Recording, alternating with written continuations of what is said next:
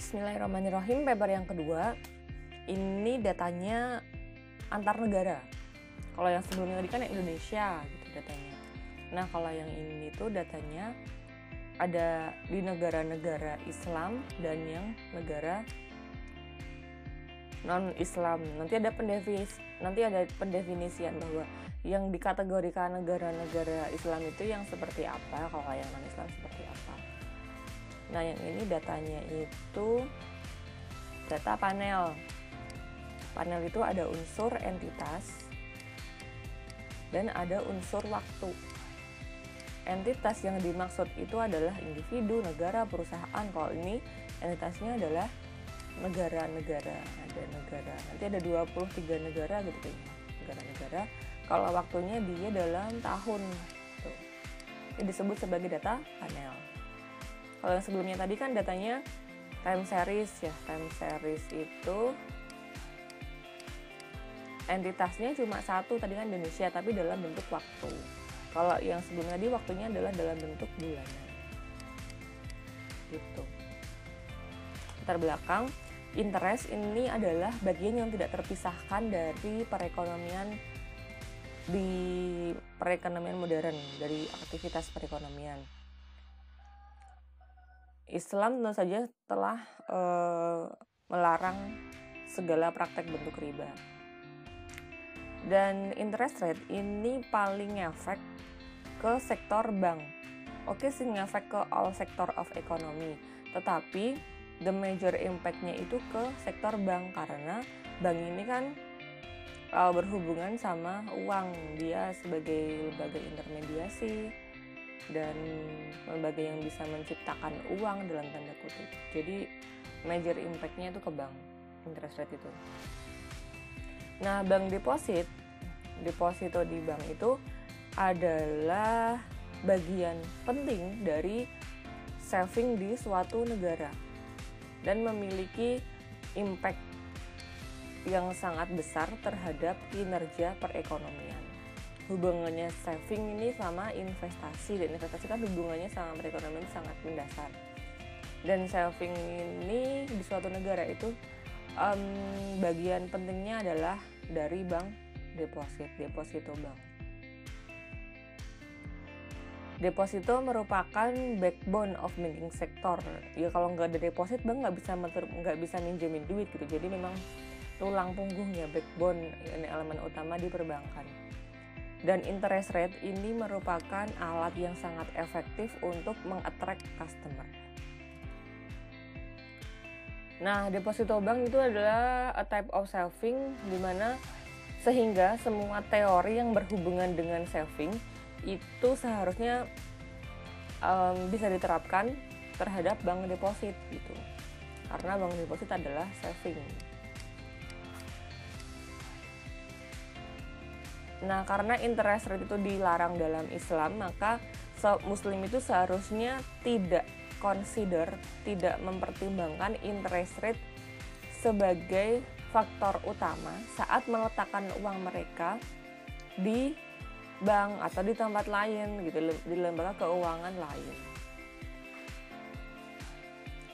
Nah, tujuan dari paper ini adalah menganalisis hubungan jangka pendek dan hubungan jangka panjang. Kalau di ekonometrika, hubungan jangka pendek sama jangka panjang ini memiliki posisi tersendiri, ada alat analisisnya sendiri. Hubungannya terhadap, jadi hubungan antara interest rate dengan bank deposit ini dianalisis secara jangka pendek maupun jangka panjang. Dan dianalisis di mana? Di negara yang di negara yang populasi Muslim mayoritas, atau di negara-negara yang enggak mayoritas Muslim. Datanya yang diolah adalah panel data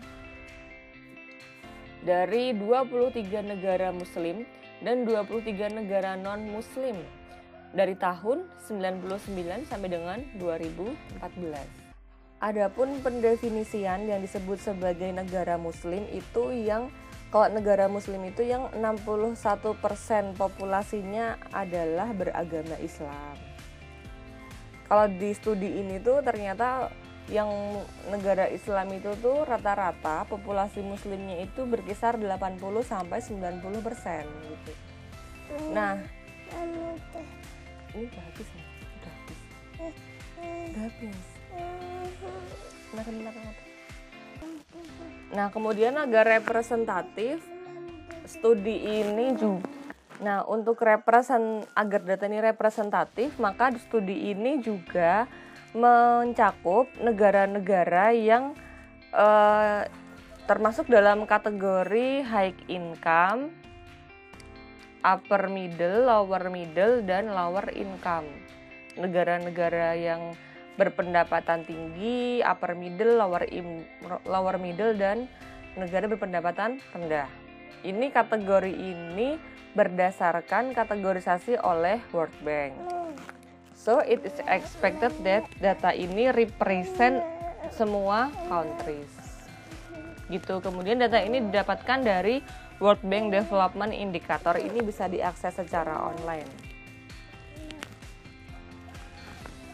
Kemudian alat analisis yang digunakan adalah ini menggunakan model ekonometrika yang disebut sebagai panel karena datanya panel ARDL model. Dan analisis ini dilakukan sendiri-sendiri di negara muslim sendiri, terus di negara non muslim sendiri. Jadi dilakukan dua kali analisis gitu.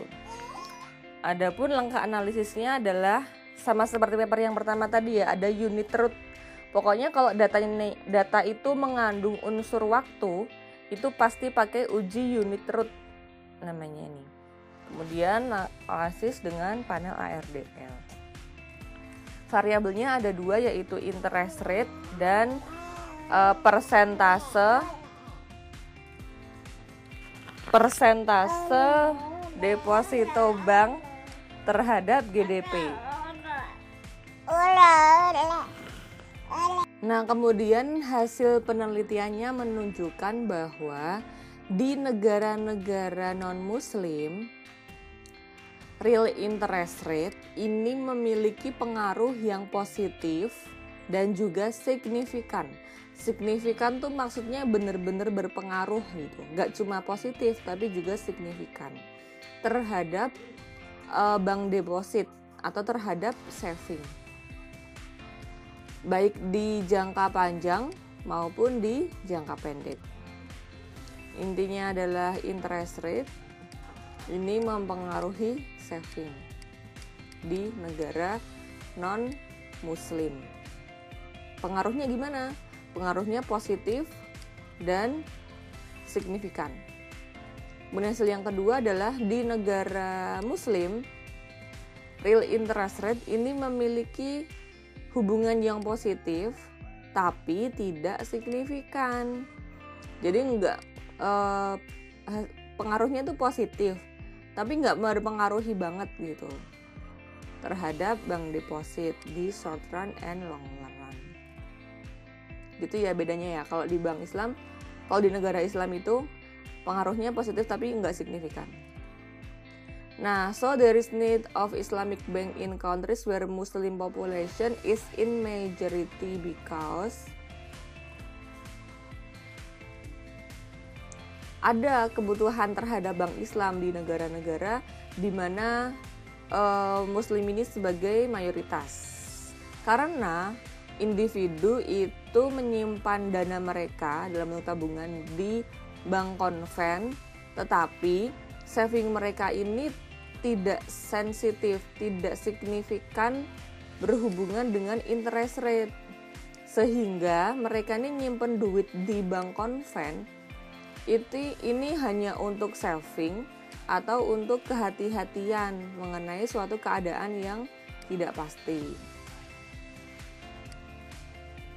Dan mereka ini di Muslim population ini, negara dengan mayoritas Muslim populasi ini menyimpan dananya di bank konven itu tidak untuk tujuan dapat untung melalui interest, ya, tidak mempertimbangkan interest ini gitu.